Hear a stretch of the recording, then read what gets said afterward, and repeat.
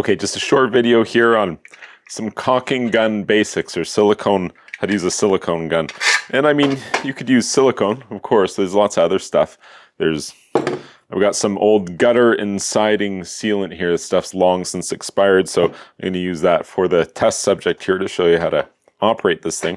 Now, commonly, you'll see like a razor knife or utility knife and like a long nail used as tools to help get your silicone gun going here.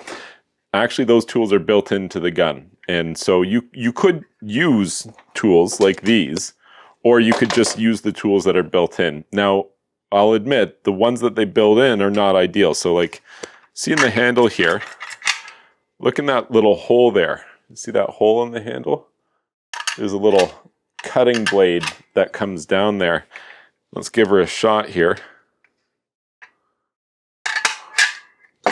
Yeah, that's what I expected. So that's what we've got. And like, it's pretty good. Like it definitely cut it. It didn't not cut it. I'm in the habit of using a utility knife and just kind of lining it up there and taking a piece off like that. That's the way that I'm most used to doing it. But technically it does have the cutter tool built right in there. So we've got this partially open. Let's set that aside. So to use your silicone gun here, push that button on the back and draw this all the way back. If it's not all the way back, you won't actually be able to get the silicone into the tube. When it goes in, bottom first, and then the top drops into place. Give it a couple of squeezes here. We don't want to actually apply pressure just yet. I was just kind of taking up some of that extra room. Don't keep cranking it at this point, because we have to still puncture. Down inside here, there's a seal inside of that, and that's what you would use something like this nail for. We'll just send it down in there and poke some holes. But once again, this is a tool that the silicone gun comes built in with. So you take that guy and you jam it down into there a couple of times, make some holes, and then you just do that. My only problem is that gets messy. You know, you'd have to have a rag with you to clean that up, or else I'm gonna have some silicone goo now on the bottom of my gun. And every time I sit that down somewhere, now I'm getting silicone all over the place. And so that's why quite often you see these external tools used. And take this guy here, a couple of holes, there we go.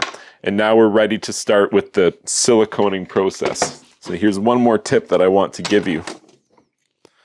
It doesn't matter whether you're using polyurethane or construction adhesive or silicone or whatever the case is. You squeeze slowly and it's going to start to, you know, flow out. And once it starts going here we go. Laying a bead of it now. And I stop and I press that button right away.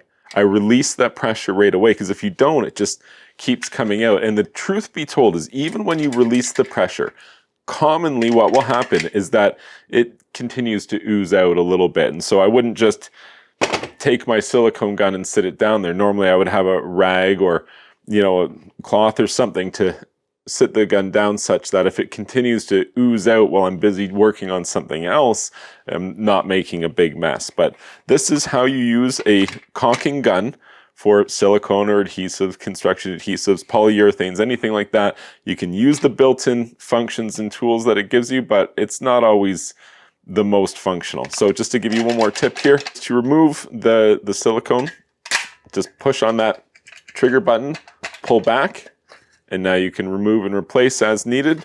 Remember, I am Technically Steve. It'll technically help you if you like this video and subscribe to this YouTube channel.